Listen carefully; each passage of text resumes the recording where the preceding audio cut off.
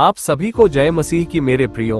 छत्तीसगढ़ में परमेश्वर की महिमा बड़ी तेजी से हो रही है, वहीं कहीं और सताव भी बढ़ रहा है और हमारे प्रभु यीशु मसीह और परमेश्वर की भरे सभाओं में निंदा की जा रही है।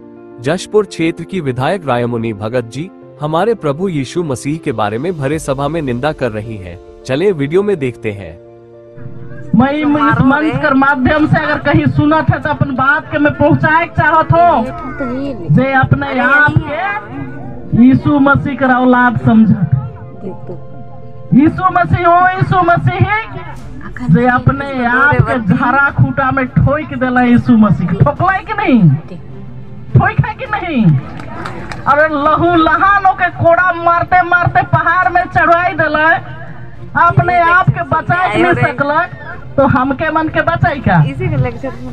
वो कहे जा तो चल जी उठलक, मरल आदमी का जी उठेल, अगर जी उठता है तो दुनिया में आदमी सकिएगा। आप सबने वीडियो में देखा। अब इसके बाद हम सभी मसीह भाई बहन मिलकर उनके खिलाफ कानूनी कार्यवाही की मांग लेकर कई दिनों तक धरने किए, मानव श्रृंखला बनाए, न्याय यात्रा निकाले, लेकिन हमारी सुनवाई नहीं हुआ और उनको प्रशासन ने भी निर्दोष साबित कर दिया। चलिए वीडियो में देखते हैं। उसको पूरा सभी प्रकार से जांच करने से और भी भाग थे वीडियो के, वो भी संकलित किया गया, जांच किया गया है। जांच किए जाने पर संज्ञेय अपराध नहीं पाया गया, इसलिए फाइना दिया गया है। ठीक है, आप आगे और मदद ले सकते हैं, कानूनी रूप से कर सकते हैं। सर आप लोग कानून व्यवस्था के साथ में खिलवाड़ कर रहे हैं सर। हम लोग तो जीवित खुदा के लोग हैं, तो हमारी हार और उनकी जीत कैसे हुई?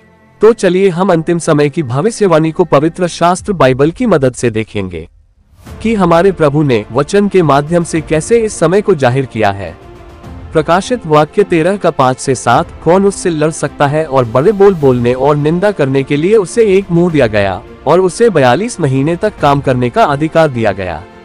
और उसने परमेश्वर की निंदा करने के लिए मुंह खोला कि उसके नाम और उसके तंबू अर्थात स्वर्ग के रहने वालों की निंदा करे। और उसे यह अधिकार दिया गया कि पवित्र लोगों से लड़े और उन पर जय पाए, और उसे हर एक कुल और लोग और भाषा और जाति पर अधिकार दिया गया। तो हमने वचन के माध्यम से जाना कि ये सभी अधिकार परमेश्वर के ओर से दिया गया है। तो ये सभी अधिकार परमेश्वर ने आखिर उन लोगों को दिया क्यों है? तो चलिए इस बात को वचन के माध्यम से देखेंगे। याकूब 1 का 2 से 4, हे मेरे भाइयों, जब तुम नाना प्रकार की परीक्षाओं में पढ़ो तो इसको पूरे आनंद की बात समझो, ये जानकर कि तुम्हारे विश्वास के परखे जाने से धीरज उत्पन्न होता है। पर धीरज को अपना पूरा काम करने दो कि तुम पूरे और सिद्ध हो जाओ और तुम में किसी बात की घटी न रहे। वचन के माध्यम से हमने जाना कि परमेश्वर उनको ये सभी अधिकार हमारे विश्वास को मजबूत और हमें सिद्ध बनाने के लिए दिया है। अब अगला वचन देखते हैं। 1 पत्रस 4 का 12, हे प्रियो, जो दुख रूपी अग्नि तुम्हारे परखने के लिए तुम में भड़की है, इससे यह समझकर अचंभा न करो कि कोई अनोखी बात तुम पर बीत रही है। इस वचन के अनुसार भी जाना कि हमारे विश्वास को परखने के लिए ये सभी दुख आते हैं। तो क्या अब हमें उन निंदा करने वाले और सताने वाले लोगों से डरना चाहिए? तो चलिए देखते हैं कि इस विषय में पवित्र शास्त्र बाइबल क्या कहता है। यशाया 51 का 7, हे धर्म के जानने वालों, जिनके मन में मेरी व्यवस्था है, तुम कान लगाकर मेरी सुनो, मनुष्यों की नामधराई से मत डरो और उनके निंदा करने से विस्मित न हो। अब हमें इस सबों से डरने और घबराने की जरूरत नहीं है, क्योंकि इससे ये पता चलता है कि हम सभी अंतिम समय में जी रहे हैं और हमारे प्रभु यीशु मसीह का आगमन निकट है। और ये सभी बातों को देखने से मालूम होता है कि मसीह विरोधी का आत्मा उन लोगों पर काम कर रहा है और परमेश्वर का वचन भी पूरा हो रहा है।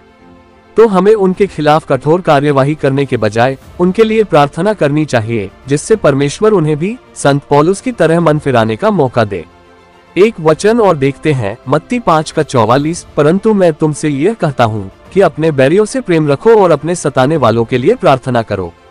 आज हम सभी को प्रभु के वचन के अनुसार जीवन व्यतीत करने की बहुत ही ज्यादा जरूरत है।